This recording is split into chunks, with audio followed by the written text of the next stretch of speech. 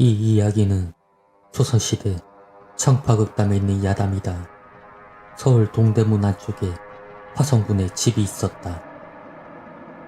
그 집 앞에는 큰 회나무가 있어 그늘을 들이었고 그 마을의 명물이었다. 그 앞을 지나는 사람들은 걸음을 멈추고 회나무를 쳐다보기도 하고 그 밑에서 쉬었다 가기도 하였다.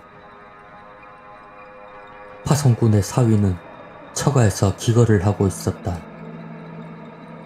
어느 날 화성군의 사위가 늦은 밤 집으로 돌아오는 길이었다. 활을 쏘고 우회를 닦는 사청 앞을 지날 때였다.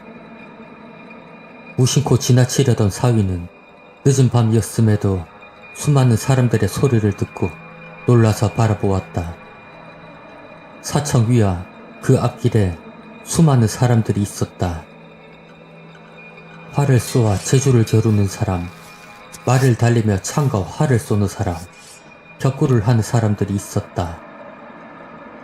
그 많은 사람들은 하나같이 눈빛은 매섭고 행동이 거칠었으나 엄연한 기운이 느껴지는 기괴한 모습이었다. 이거 참 기이한 모습이구나. 감탄하며 바라보던 사위는 문득 이상한 생각이 들었다. 이렇게 깊은 밤 무술 연습을 하다니 도무지 알 수 없는 일이구나. 사위는 다른 길로 돌아가자니 시간이 더욱 지체될 듯하여 고민에 빠졌다. 길을 막고 소란을 떠는 것은 저 사람들의 잘못이니 사정에서 길을 내어주려 해야겠다. 이렇게 마음먹은 사위는 걸음을 옮겼다. 순간 스산한 기운이 느껴져 주위를 살펴보니 그 무리 중 한 사람이 사위를 노려보고 있었다. 사위는 당황하며 말을 하였다. 저는 길을 지나가려는 사람입니다. 화성군의 사위는 공손히 말하였으나 그는 대답이 없었고 살기가 가득한 눈빛으로 사위를 노려보았다. 갈 길은 급하고 밤은 깊어 부득이 지나가는 것이니 언짢게 생각하지 마십시오. 여전히 대답은 돌아오지 않았고 사위는 그것으로 변명이 된 줄 알고 지나가려고 하였다. 그 순간 누군가 사위의 목덜미를 힘껏 잡아당겼다. 하늘을 울리는 호령이었고 화성군의 사위는 정신이 아찔해졌다. 이놈, 감히 어디를 지나가려는 것이냐? 사위를 잡은 사람은 녹이 가득한 호통을 쳤고 그 옆에 있던 무리들도 덩달아 소리치며 말했다. 무례함이구나. 단단히 버릇을 고쳐놔야겠다. 정체를 알 수 없는 장정들이 달려들어 화성군의 사위를 결박하였다. 이유 없이 당하는 사위는 반항하였다. 이보시오. 길을 지나가려는 것이 무엇이 잘못이오. 혹여 잘못되었다 하더라도 이렇게 욕보이는 경우가 어디 있단 말이오. 사위의 말을 들은 사내가 소리쳤다. 이놈이! 그 말이 떨어지자 무서운 사내들은 사위를 죽일 듯이 달려들었고 사위를 때리기 시작하였다. 화성군의 사위는 고통과 무서움으로 애걸하기 시작했다. 제가 모두 잘못하였으니 목숨만 살려주십시오. 그러나 그 무리는 듣지 않고 여전히 사위를 죽일 듯이 때렸고 정체 모를 사람들은 몰려들어 구경을 하였다. 활 쏘던 사람, 말 타던 사람 할 것 없이 둘러서서 구경을 하였고 제각기 한마디씩 하며 돌을 던지고 잡아당기며 사위를 욕보기 시작하였다. 그놈을 갈기갈기 찢어주어라. 이놈 버릇을 단단히 고쳐줘야겠구나. 화성군의 사위는 심한 매질로 인해 혼절할 지경에 이르렀다. 이대로 가다가는 죽음을 당하겠구나 싶었고 그런 중에도 연방 살려달라 애걸하였다. 이놈들 당장 그만하지 못할까? 갑자기 많은 사람들 중에서 키가 큰 한 남자가 앞으로 나왔다. 그리고는 매질하는 사람들을 던져버리며 호랑이 같은 얼굴로 사내들을 노려보았다. 네 이놈들, 이분이 누군지 알고 이런 짓을 한단 말이냐? 내 주인이 되는 어른이거늘 감히 이 지경에 이르게 한단 말이냐? 사위를 둘러싸고 있던 사내들이 주춤하였다. 너희들이 정녕 이 몸에 갈기갈기 찢겨봐야 물러날 것이냐? 키 큰 사나이가 호령을 하자 모두들 멈칫 고개를 숙이며 하나 둘 사라지기 시작하였다.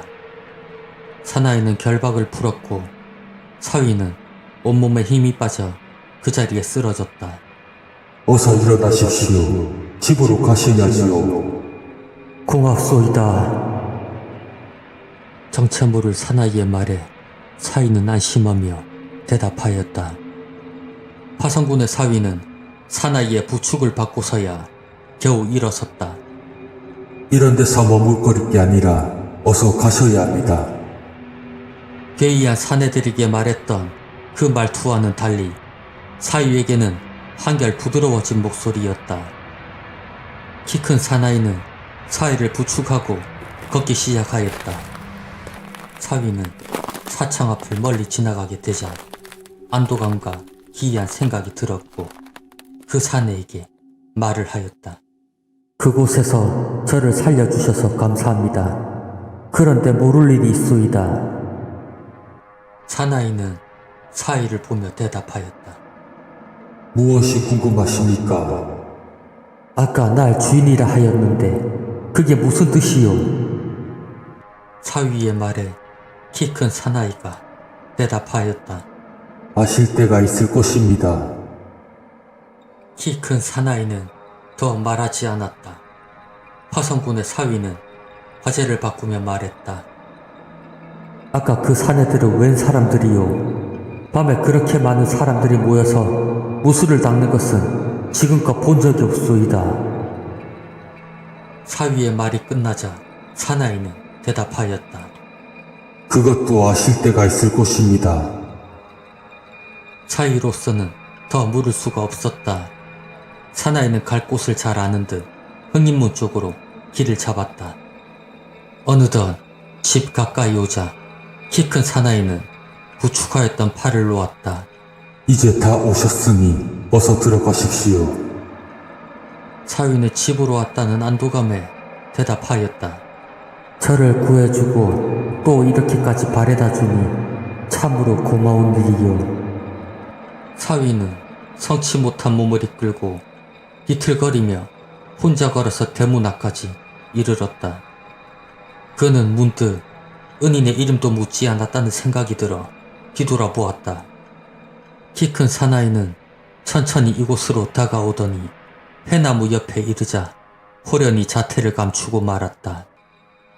화성군의 사위는 기이한 현상에 아픈 몸을 이끌고 해나무가 서 있는 곳까지 걸어갔다. 그러나 그 키 큰 사나이는 어디로 갔는지 보이지 않았다. 내가 무엇에 홀렸단 말인가? 그렇지 않다면 어느 신선이 도사가 나를 구해준 것인가?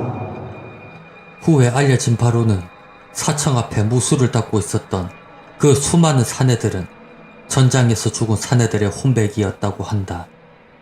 그리고 화성군의 사위를 구해준 키 큰 사나이는 해나무에 깃들여 있는 한 무사의 혼백이었다고 전해진다. 파성군의 사위를 구해주었던 해나무 귀신은 여러 민담에 전해져 내려오는 소음옥이 아니었을까.